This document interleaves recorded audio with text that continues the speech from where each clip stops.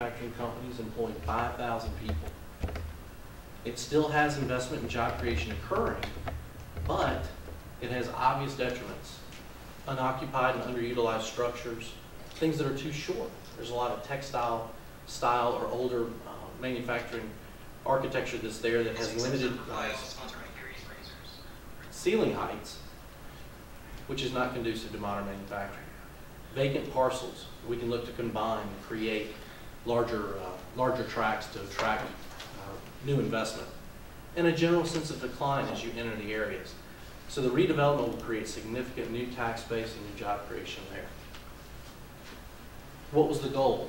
When we started this effort was to catalog and analyze the parcels from an economic point of view, economic developer's point of view, in the study area, roughly 3,000 acres when you look at it. So large area. We identified catalyst sites for the best opportunities for redevelopment and estimated the impact for that, as well as suggested gateways and branding for the area.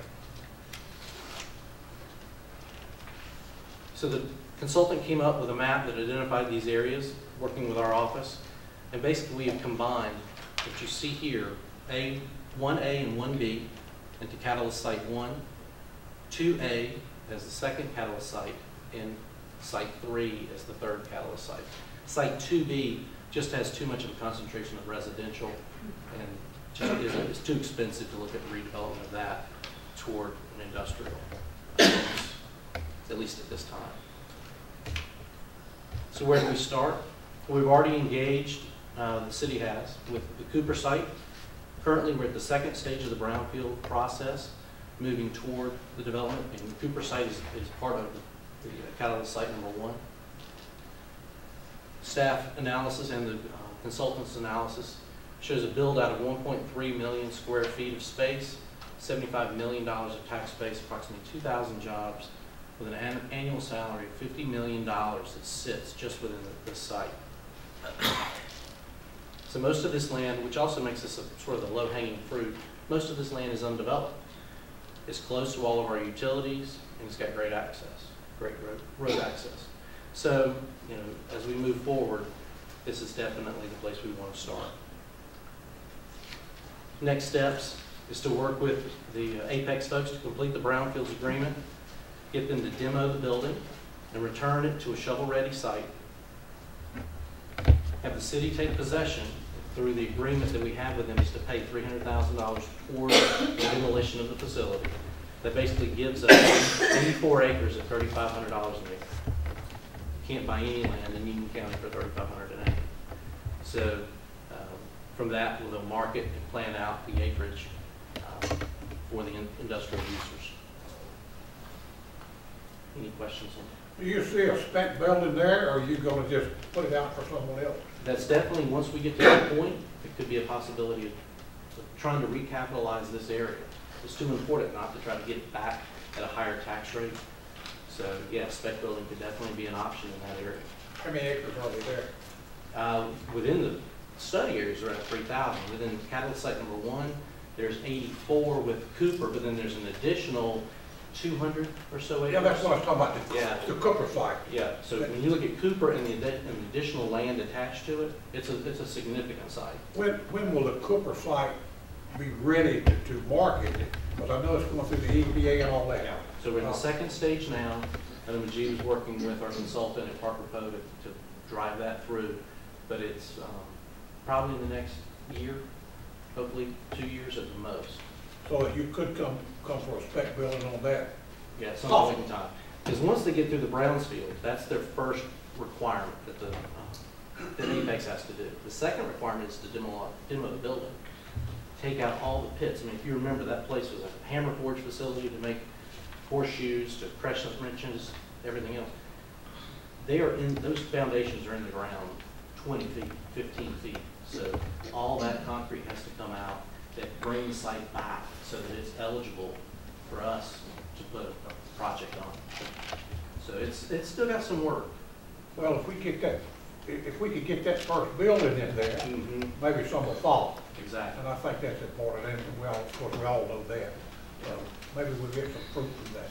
That and the bypass would be a key for it. Yeah, okay. And finally, looking at industrial park number 3, and why another park, where should it be, and what would the targets be? Why another park?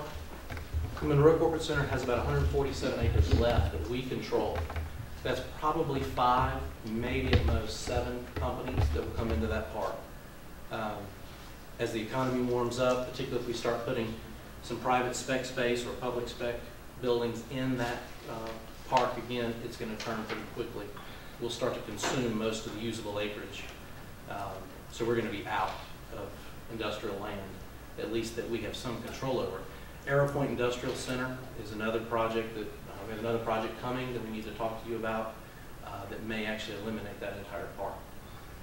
And also the industrial land in general, as the bypass starts to materialize, is going to have other things competing for it. So residential, retail, other things, and we're going to need to find ways to protect that land for our industrial base. So where should it be? We've talked about this in the past. Several of you are aware of where sort of we're targeting, but we don't want to talk about that in open session. But it basically we need to position it so we can take advantage of the bypass and 74, centralize it within Monroe, take advantage of some of the great achievements of other departments.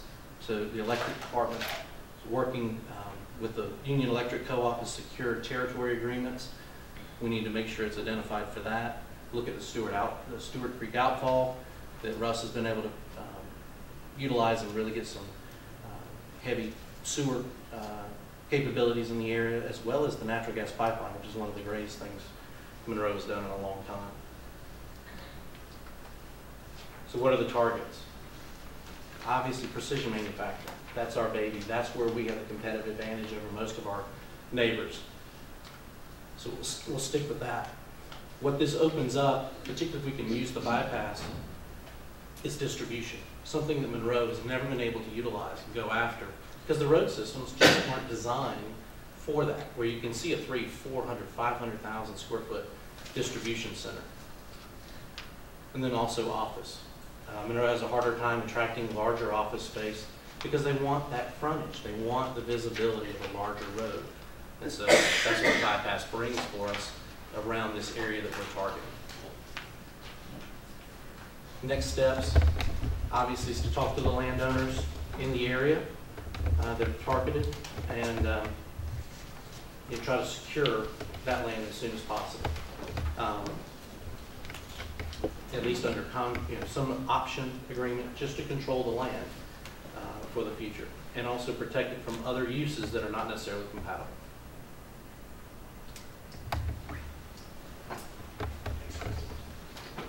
Good afternoon, Council, Mayor Gilgore. I'll complement Chris's conversation here, presentation with giving the reasons as to show why the airport is a catalyst. And first, I'd like to help define what we're talking about in terms of the economic impact that the airport creates to the Monroe and Union County. We generate a great amount of sales directly from the airport itself. In terms of the over 100 based aircraft that we have in there, we have a base of lease revenue stream that comes in through there, the taxable revenue of the aircraft and the hangar improvements that are there, and then also the fuel sales and other services that are provided in there. The indirect impacts that come about from the airport are related to the airport-related firms and businesses that operate from the airport and through the airport, as in the users that arrive through our facilities to go into the local community. And then finally, we have that multiplier effect, which basically is the exponential increase that happens because of the airport's existence. Because the airport fosters this growth and activity through the community, we have more people that actually spend money within the community that came as a result of the airports. So the cyclic effect that has the three types of impacts working together is what provides that strength in economic impact. This is a chart that was taken from the State Economic Impact Study that was commissioned by the North Carolina Department of Transportation Division of Aviation back in 2012. And in this report, it states that the Charlotte Monroe Executive Airport generates over $22 million in revenue each year. And it fosters 70 jobs directly related to the airport and over 150 in general throughout the community. These jobs have a payroll of over $5 million. And as an example, Cyril Bath, who is an international aviation company that is located here in Monroe, and as a commitment to our community, invested $2.5 million and created 10 additional jobs. It's these types of jobs that translate into the direct, the indirect, and the multiplier economic impacts of our community. Oh, and I also should point out that in this study, it was also shown that there was over $500,000 in tax revenue generated to the city and to the county. And this is represented in business sales tax, local property tax, state corporate tax, and personal tax, based aircraft, and the total tax contribution to the airport. The role of the airport as a catalyst also has different roles that it serves. It's an air transportation hub, obviously, that connects our community to all parts of the region, nation, and the world. It's 7,000-foot runway and the air navigational equipment, and now with the new customs processing facility, corporations can utilize the facility as a base to conduct business. This in turn supports its existence as a regional business stimulator, supplementing local business and the ability to increase their activities in the local area. It's a tourism generator. Its role as a community center for the population to learn about aviation and be entertained. Great example was even just today, we had the Union County teachers, we were hosting them for an educational forum on aviation.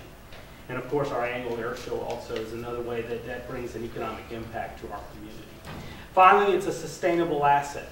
Its growth plan is very much vetted in the sense of making sure that it supports good land use, and that has good impact on our environment. So these factors together work also in unison to help spur activity and growth in the local community. So what's the next step? Continuing in the same theme that Chris was saying. Well, we have to work on our infrastructure, continue to get those grants from the federal grants and state grants to help redo and improve our infrastructures, like strengthening the runway, widening those taxiways. Do all that to make sure that we keep up with the needs, the operational demands of the facility. We use our roadmap, our airport development plan, to help guide and market the facilities to businesses in growth of hangars and based aircraft. This helps because it's a public-private partnership that we invoke and we instill so that we can increase the value of that air facility. And then finally, working with Chris with the economic development in terms of marketing it as a valuable community asset. That will support the growth and activity. So all of this said, we are very much a catalyst for the community in terms of the growth and activity, and we feel that it's an important asset that Chris can market. So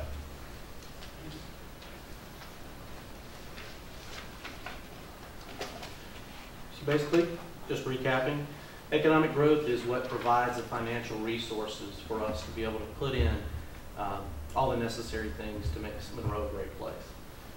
Monroe's best opportunities to continue growth or to help improve itself is through the spec buildings, the recapitalization of Sutton Park, the development and securing of land for a future industrial park, and utilizing and leveraging the airport as a catalyst for growth.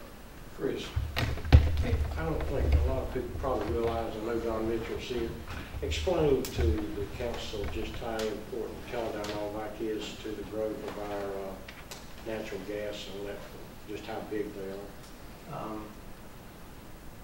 Teledyne, or ATI, Specialty Materials, is roughly 5% of the revenue of the natural gas supply. Is that roughly correct? Yes. But they represent a substantial amount of gas that comes in through the gas line. So the city doesn't buy the gas and sell it to them. They basically get a transportation fee. So that's the reason that the revenue looks a little bit smaller, but they represent over 40% of the actual gas that comes through the piping system.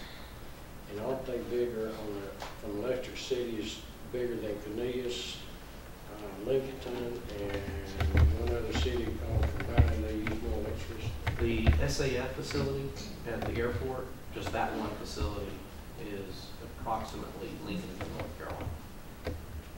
Just that one. So, they are the #1 taxpayer. They're the second job creator, very shortly behind Tyson. They're the #1 electric user, #2 gas user. They're phenomenally important to Monroe.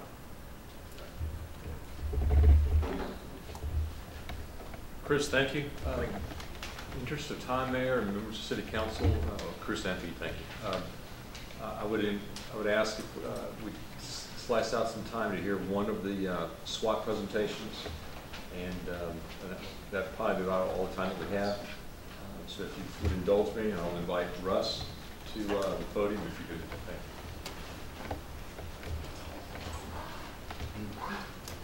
you. Yeah.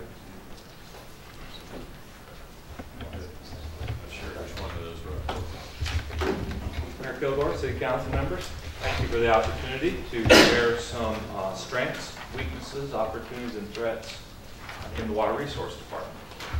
Start with strengths.